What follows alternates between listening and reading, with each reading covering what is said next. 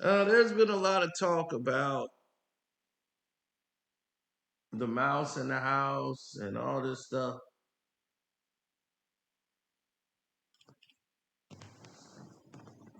Look, this is it.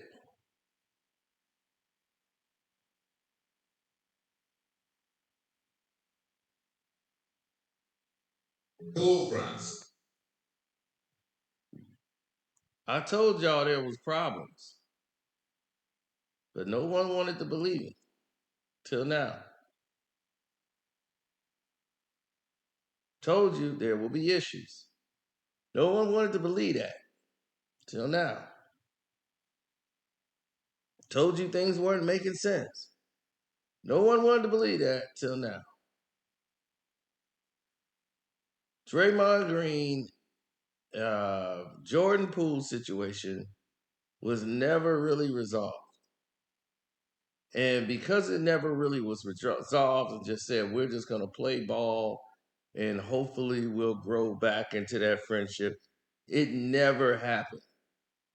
And there's a lot of distrust and a lot of, you know, we playing on the team together, but now the players are on Draymond's side more than Jordan. And Jordan mentally is out of the game. He hasn't had a good series. He's a spiritual guy. So when it's not going his way,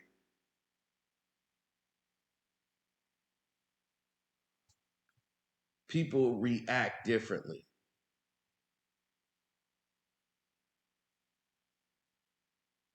Draymond Green had two key turnovers that have made people believe that he's throwing the game because he's a member of Clutch Sports.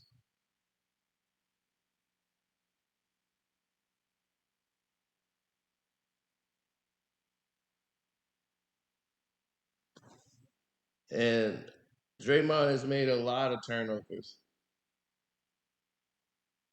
in this series. And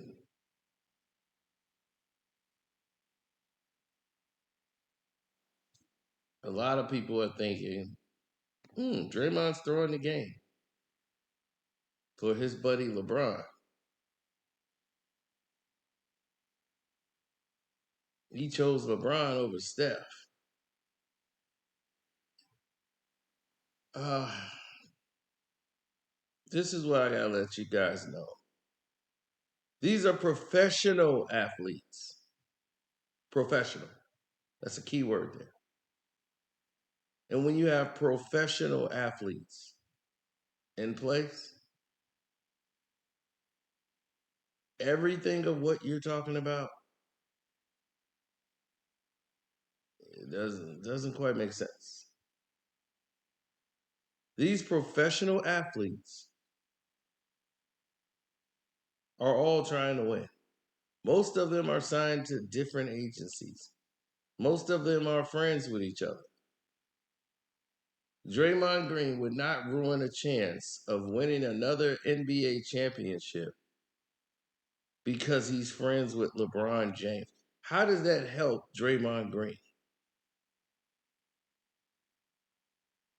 Draymond going to play with LeBron next year, that doesn't guarantee a championship. That doesn't guarantee anything.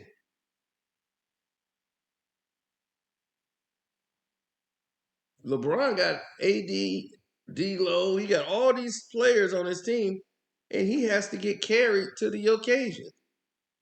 They're carrying him.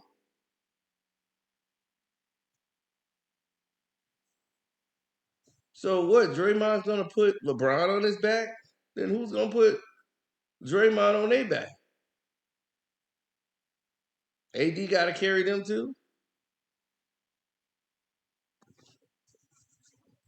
There's a lot to it than what people may know or may not know. But when you start looking at the real players of the game, the real real situations and you start looking at what's going on with Jordan Poole and Draymond Green and how they're not, and Draymond's trying. It's just when someone's in a funk, they're just in the funk and they're in their own heads and they got to get out their own heads. Nobody else can get them out the situation. They got to get themselves out of the situation.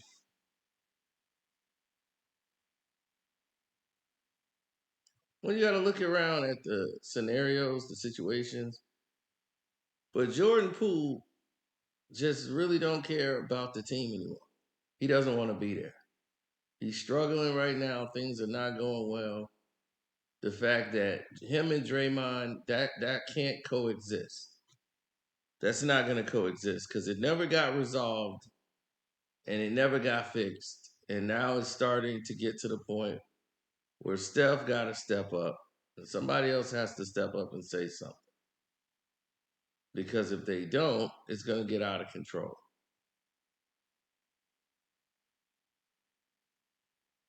Now that the Warriors are down 3-1 to the Lakers, right? Now that they down 3-1 with 2 games they were completely ripped off from. And the third game was even worse down the stretch. We're seeing situations in which all of this nonsense that we're seeing in the league and the script writers that are dealing with this situation right here is it's sad. It is absolutely sad the way they're doing this.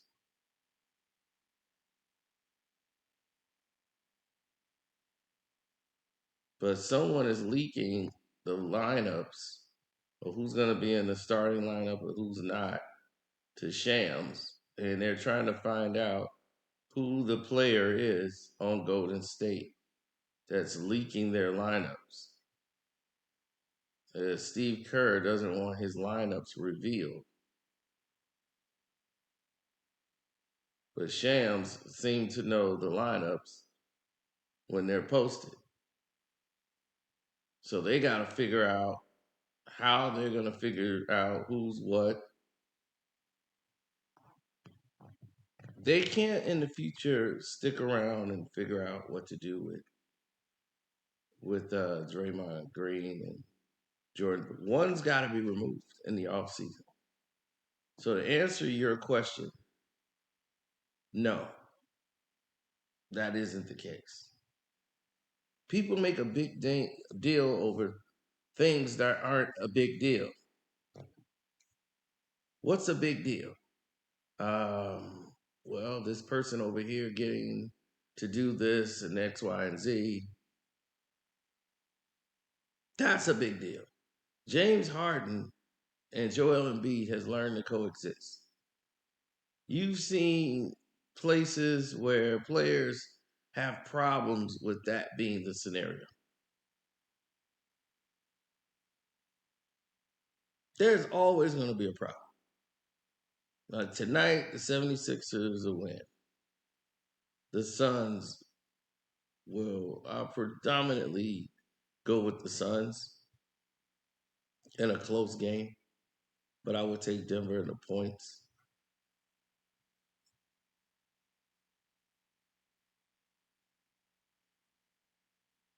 Nah, I'll probably just take Denver on the money line, but it's a coin flip as to which one's gonna win Game 5 because that series is going 7 games.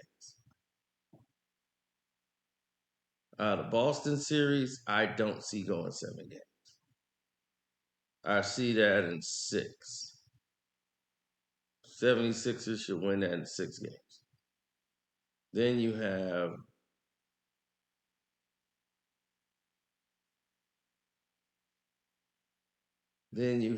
the Lakers. I got the Lakers in 6.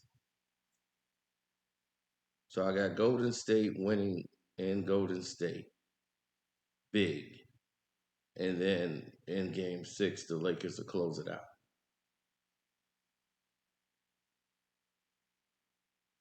I don't know why Laker fans love rubbing something in my face that I predicted the Lakers to win the series at the beginning of the series.